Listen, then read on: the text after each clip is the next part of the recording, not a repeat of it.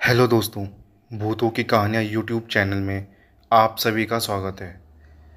दोस्तों, अगर आपने इस चैनल को सब्सक्राइब नहीं किया है तो कर लें। तो बढ़ते हैं कहानियों की ओर। इस अस्पताल का असली नाम विक्टोरिया अस्पताल है। इस अस्पताल को आज से करीबन 100 साल पहले अंग्रेज़ों ने बनवाया था। उस अस्पताल के सामने एक कब्रिस्तान है। मेरे दादाजी ने मुझे बताया था कि आज से 60 साल पहले इस अस्पताल में ऑपरेशन के दौरान एक लड़की की मौत हो गई थी। तब से उस लड़की की आत्मा उस अस्पताल में भटकती है। रात ढलते ही कोई भी इंसान उस रास्ते से नहीं गुजरता है, क्योंकि उस लड़की की आत्मा राहगीरों को परेशान करती है। हालांकि मैं दादाजी की बताई पुरानी भूता कहानियों में ज़्यादा विश्वास नहीं करता था। एक रात मैं अपने दो दोस्तों अंकित और राजू के साथ रात को बाइक पर घूम रहा था। तभी मेरे एक दोस्त ने मुझसे विक्टोरिया अस्पताल वाले रास्ते से चलने को कहा। हम में से कोई भी ज़्यादा भूत प्रेतों पर विश्वास नहीं करते थे और हमने उस रास्ते से जाने का पक्का प्लान बनाया था। उस समय रात के 10 बज चुके थे। हम तीनों ने ये बात अपने परिवार वालों को नहीं बताने का वादा किया और उस रास्ते पर निकल पड़े। जैसे ही हम उस रास्ते से निकले, रास्ते पर रेत होने की वजह से हमारी बाइक फिसल गई और हम तीनों बाइक से नीचे गिर गए। गनीमत थी कि हम लोगों को कोई चोट नहीं आई थी। बाइक चला रहे मेरे दोस्त अंकित ने बोला कि उसका बैलेंस तो बराबर था, फिर ये बाइक कैसे फिसल गई। हालांकि वो थोड़ा डर गया था, तो मेरे दूसरे दोस्त राजू ने बाइक चलाने को कहा। अब राजू बाइक चला रहा था। हम 1 किलोमीटर ही चले थे कि अचानक हमारी गाड़ी का टायर पंचर हो गया और गाड़ी की स्पीड तेज़ होने से गाड़ी इस बार फिर पिछली बार से भी दूर तक फिसलती गई। इस बार हमें कहानियाँ और घुटनों पर थोड़ी चोट आई थी। अंकित फिर से बोला कि इस जगह में ज़रूर कोई गड़बड़ है, हम लोग वापस उल्टे चलते हैं। लेकिन मैंने और राजू ने उसकी बात नहीं मानी और बाइक उठाकर पैदल चलना शुरू कर दिया। हम थोड़ी दूर ही चले थे कि अचानक किसी लड़की के चीखने की आवाज़ें सुनाई दी। ये सुनकर हम रुक गए और अंकित बोला, यार तुम लोगों को चीखने की आवाज़ सुनाई दी क्या? हमने उसकी बातों को अनसुना कर कहा कि कोई जानवर की आवाज़ होगी। 5 मिनट चलने के बाद फिर वही चीख फिर से सुनाई दी। इस बार तो हम दोनों को भी थोड़ी डर लगने लगा था। हम तीनों ने वापस चलने के बारे में सोचा, लेकिन हम रास्ते के बीच में आ गए थे। पीछे चलने में 3 किलोमीटर और आगे चलने में 2 किलोमीटर और बाकी थे। हम लोगों ने आगे जाने का सोचा। थोड़ा आगे चलने पर हमें बरगद के पेड़ के नीचे एक औरत दिखाई दी। इतनी रात को अकेली औरत को देखकर हमारे तो रोंगटे खड़े हो गए थे। हम लोगों ने पीछे मुड़ने का सोचा। तभी वो बूढ़ी औरत चिल्लाई, बेटा रुको, मुझे हाईवे तक का रास्ता बता दो। हमने पूछा कि इतनी रात को आप इस रास्ते से कैसे निकल रही हो? तो उस बुढ़िया ने कहा कि मैं पड़ोस के गांव की रहने वाली हूँ और मेरे पास पैसे नहीं है, इसलिए मैं पैदल ही निकल पड़ी। हाईवे के उस पार मेरा गांव है। हमने उस बुढ़िया की बात का विश्वास कर लिया और आगे निकल पड़े। रास्ते में वो बुढ़िया हमसे सारी बातें पूछने लगी। बहुत बुढ़िया हम तीनों के पीछे चल रही थी। हम तीनों दोस्त अब अपनी बात कर रहे थे। तभी राजू बोला कि लो माता जी, आपका रास्ता आ गया। और वो जैसे ही पीछे मुड़ा तो वहाँ कोई नहीं था। हम तीनों की तो सिट्टी बिट्टी गुल हो गई। हम बाइक को धक्का मारते हुए ज़ोर से भागने लगे। भागते भागते अंकित ठोकर खाकर गिर गया और हमें ज़ोर से चीखें सुनाई दी थी उसकी। हमने भी बाइक को वहीं पटक कर अंकित को साथ लेकर दौड़ने लगे और अस्पताल के पास कब्रिस्तान तक पहुंच गए। ये सब घटित होते होते 12 बज चुके थे। हम पसीने से तर हो गए थे और कब्रिस्तान पार कर एक मंदिर में रुक गए, क्योंकि अगर बिना बाइक के घर जाते तो घर वाले डांट पड़ते, इसलिए उस रात मंदिर में ही रुक गए और सुबह होते ही बाइक लेकर अपने अपने घर आ गए और घर वाले दोस्त के यहाँ रुकने का बहाना बना दिया। उस रात के बाद से हम उस रास्ते से कभी भी नहीं गए। तो दोस्तों, ये थी पहली कहानी। बढ़ते हैं अपनी दूसरी कहानी की तरफ। पढ़ाई करते हुए रात के 12:30 बज चुके थे। उस लाइब्रेरी में वो केवल 6 लड़कियां ही थी। लाइब्रेरी में सन्नाटा छाया हुआ था। सारा हॉस्टल एकदम शांत था। तभी उनमें से एक लड़की ने कहा कि बस यार, पढ़ पढ़ के बोर हो गए हैं, क्यों ना कोई खेल खेलें जिससे दिमाग भी फ्रेश हो जाए और नींद भी आ जाएगी। सब उसकी बात से सहमत हो गए। उनमें से एक लड़की, जिसका नाम पूजा था, बोली कि चलो हम सब किसी आत्मा से बात करते हैं।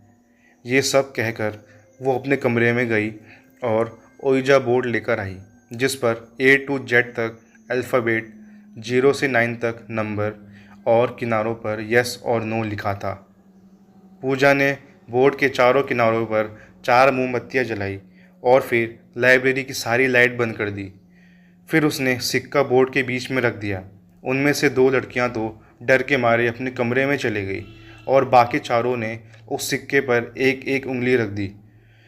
फिर पूजा ने कहा कि कोई डरना मत और यहाँ से उठना मत, वरना आत्मा नाराज़ हो जाएगी।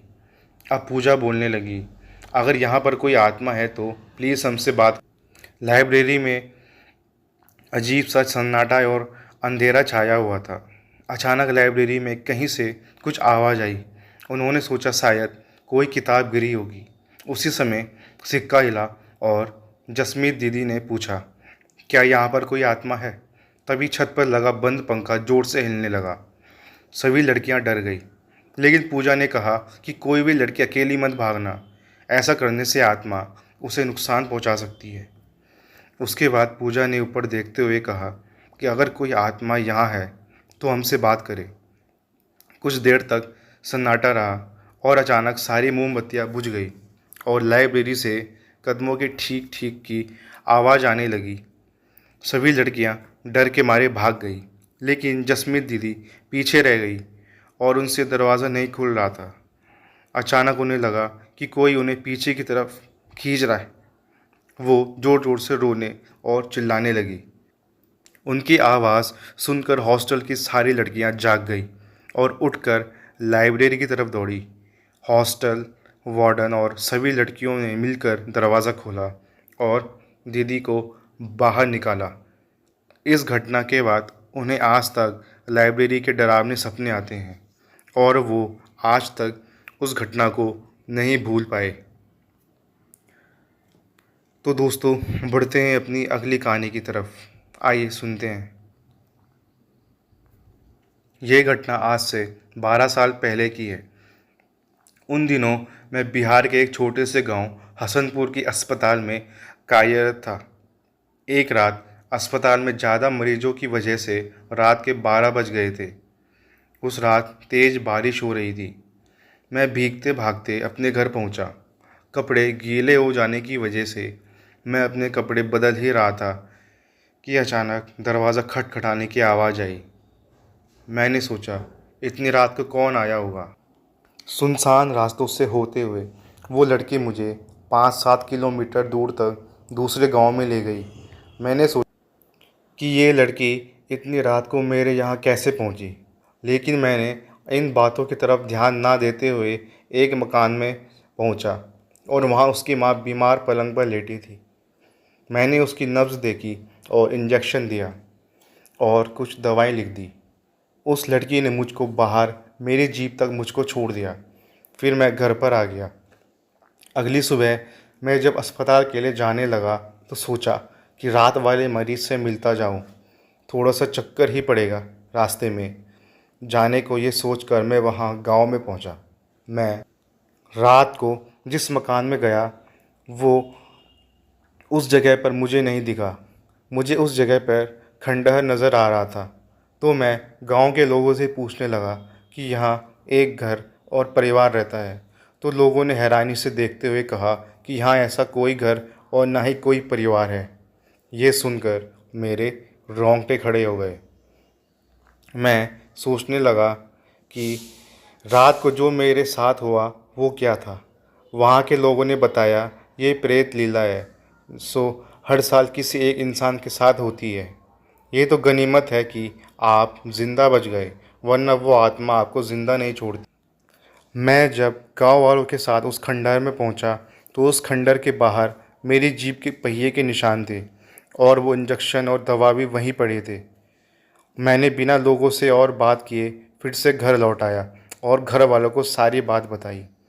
उसके कुछ दिनों बाद मेरा ट्रांसफ़र दूसरे गांव में हो गया, लेकिन उस रात की घटना के बारे में सोचकर आज भी मेरी रूह कांप जाती है। तो दोस्तों, बढ़ते हैं अपनी अगली कहानी की तरफ। तो दोस्तों, एक रात मैं अपने गांव से मेरे मित्र अवधेश के साथ अंधेरी रात में खेत के रास्ते बस स्टैंड की तरफ जा रहा था। तो मेरे मित्र ने कहा, दोस्त थोड़ा जल्दी चलो, इस खेत से अगले 2 खेत तक थोड़ी समस्या है। तो मैंने पूछा, क्या बात है? तो उसने बार बार बात को टाल दिया, लेकिन मेरे ज़्यादा दबाव डालने पर उसने पूरा किस्सा सुनाया। ये किस्सा इस प्रकार से है कि बहुत साल पहले अपने गांव से रात को इन्हीं खेतों से एक आदमी गुजर रहा था। रास्ते में वो पेशाब करने के लिए एक पेड़ के नीचे रुक गया। उसके बाद वो जैसे थोड़ा चला, उसे किसी बच्चे के रोने की आवाज़ आई। तो उसने सोचा रात को पहरा देने वाले का बच्चा होगा, लेकिन तभी याद आया कि ये खेत तो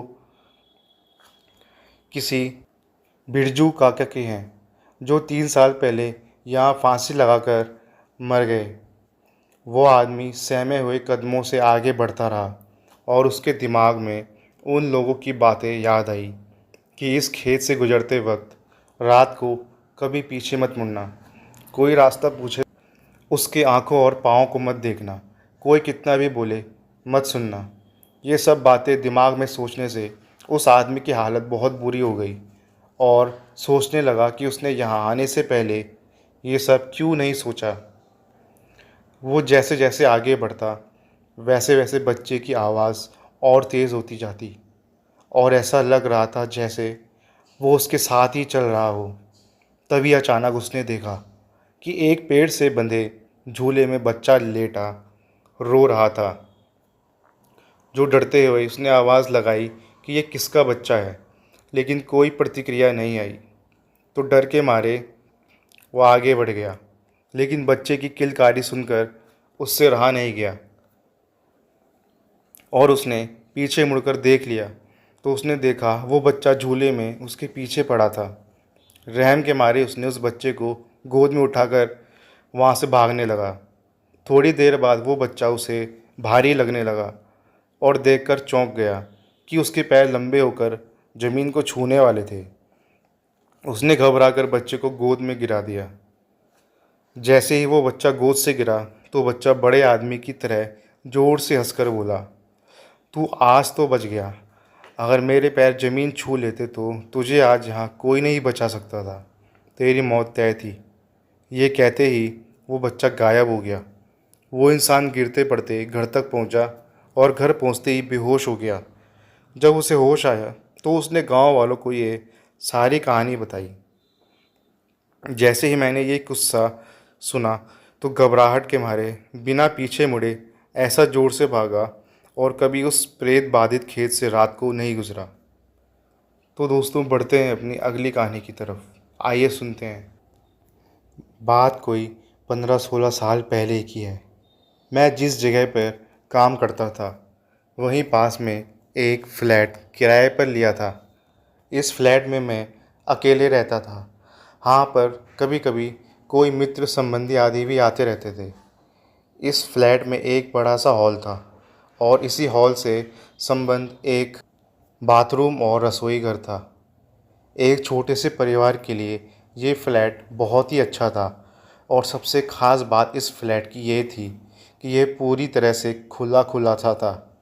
मैं आपको बता दूं कि इस फ्लैट का हॉल बहुत बड़ा था और इसके पिछले छोर पर शीशे जड़ित दरवाजे लगे थे, जिसे आप आसानी से खोल सकते थे। पर मैं इस हॉल के पिछले भाग को बहुत कम ही खोलता था, क्योंकि कभी कभी भूलवश अगर यह खुला रह गया तो बंदर आदि आसानी से घर में आ जाते थे और बहुत सारा सामान इधर उधर कर देते थे। आप सोच रहे होंगे कि बंदर आदि कहाँ से आते होंगे, तो मैं आप लोगों को बताना भूल गया कि ये हमारी बिल्डिंग एकदम से एक सुनसान किनारे पर थी और इसके अगल बगल में बहुत सारे पेड़ पौधे, जंगली झाड़ियाँ आदि थी। अपने फ्लैट में से नीचे झांकने पर सांप आदि जानवरों के दर्शन होना एक आम बात थी। एक दिन शाम के समय मेरे गांव का ही एक लड़का, जो उसी शहर में किसी दूसरी कंपनी में काम करता था, मुझसे मिलने आया। मैंने उससे कहा कि आज तुम यहीं रुक जाओ और सुबह यहीं से ड्यूटी चले जाना। पर वह बोला कि मेरी ड्यूटी सुबह 7 बजे से होती है, इसलिए मुझे 5 बजे जगना पड़ेगा और आप तो 7-8 बजे तक सोए रहते हैं, तो कहीं मैं भी सोया रह गया तो मेरी ड्यूटी नहीं हो पाएगी और मैं ड्यूटी पर अब्सेंट हो सकता हूँ। इस पर मैंने कहा कि कोई बात नहीं, एक काम करते हैं, 4 बजे सुबह का अलार्म लगा देते हैं और तुम जल्दी से जागकर अपने लिए टिफ़िन भी बना लेना। पर हाँ, एक काम करना, मुझे मत जगाना। इसके बाद वो रहने को तैयार हो गया। रात को खा पीकर लगभग 11:30 तक हम लोग सो गए। हम दोनों हाल में ही सोए थे। मैं खाट पर सोया था और वो लड़का लगभग मेरे से 2 मीटर की दूरी पर चटाई बिछाकर ही नीचे ही सोया था। एक बात और, रात को सोते समय भी मैं हॉल में 0 वाट का बल्ब जलाकर रखता था। अचानक लगभग रात के 2 बजे मेरी नींद खुली। यहाँ मैं आप लोगों को बता दूँ कि वास्तव में मेरी नींद खुल गई थी, पर मैं लेटे लेटे ही मेरी नज़र किचन के दरवाजे की ओर चली गई। मैं क्या देखता हूँ कि एक व्यक्ति किचन का दरवाज़ा खोलकर अंदर गया और मैं कुछ बोलूँ उससे पहले ही फिर से किचन का दरवाज़ा धीरे धीरे बंद हो गया। मुझे इसमें कोई हैरानी नहीं हुई, क्योंकि मुझे पता था कि गांव वाला लड़का ड्यूटी के लिए लेट ना हो, इस चक्कर में जल्दी जग गया होगा। बिना गांव वाले बच्चे की ओर देखे ही ये सब बातें मेरे दिमाग में उड़ रही थी। पर अरे यह क्या! फिर से अचानक किचन का दरवाज़ा खुला और उसमें से एक आदमी निकलकर बाथरूम में घुसा और फिर से बाथरूम का दरवाज़ा बंद हो गया। अब तो मुझे थोड़ा गुस्सा भी आया और चूंकि वो गांव का लड़का रिश्ते में मेरा लड़का लगता है, इसलिए मैंने घड़ी देखी और उसके बिस्तर की ओर देखकर गाली देते हुए बोला कि बेटे, अभी तो 3 भी नहीं बजा है और तू जग कर खटर पटर शुरू कर दिया। अरे ये क्या! इतना कहते ही अचानक मेरे दिमाग में ये बात आई कि मैं ऐसे क्यों बोल रहा हूँ, ये तो सोया है। अब तो मैं फाटक से खाट से उठा और दौड़कर उस बच्चे को जगाया। वो आंख मलते हुए उठा, पर मैं उसको कुछ बताए बिना सिर्फ इतना ही पूछा कि क्या तू 2-3 मिनट पहले जगा था? तो वो बोला नहीं तो, और वो फिर से सो गया। अब मेरे समझ में कुछ भी नहीं आ रहा था।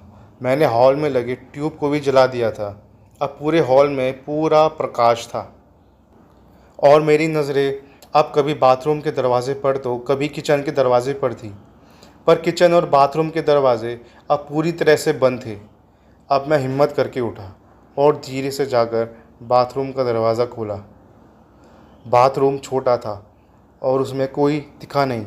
इसके बाद मैं किचन का दरवाज़ा खोला और उसमें भी लगे बल्ब को जला दिया, पर वहाँ भी कोई नहीं था। अब मैं क्या करूँ? नींद भी एकदम से उड़ चुकी थी।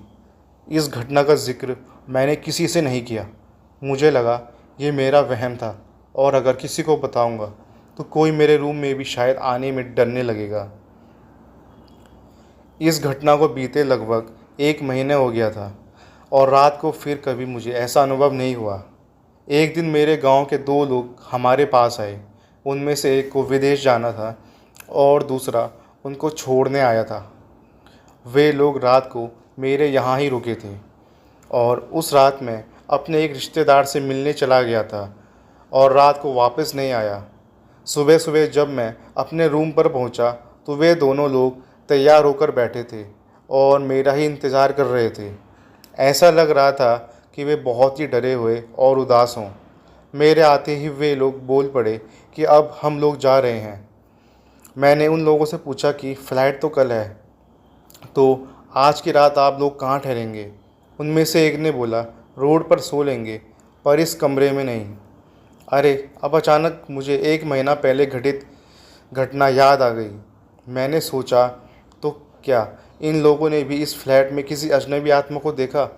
मैंने उन लोगों से पूछा कि आखिर बात क्या हुई। तो उनमें से एक ने कहा कि रात को कोई व्यक्ति आकर मुझे जगाया और बोला कि कंपनी में चलते हैं। मेरा पर्स वहीं छूट गया है।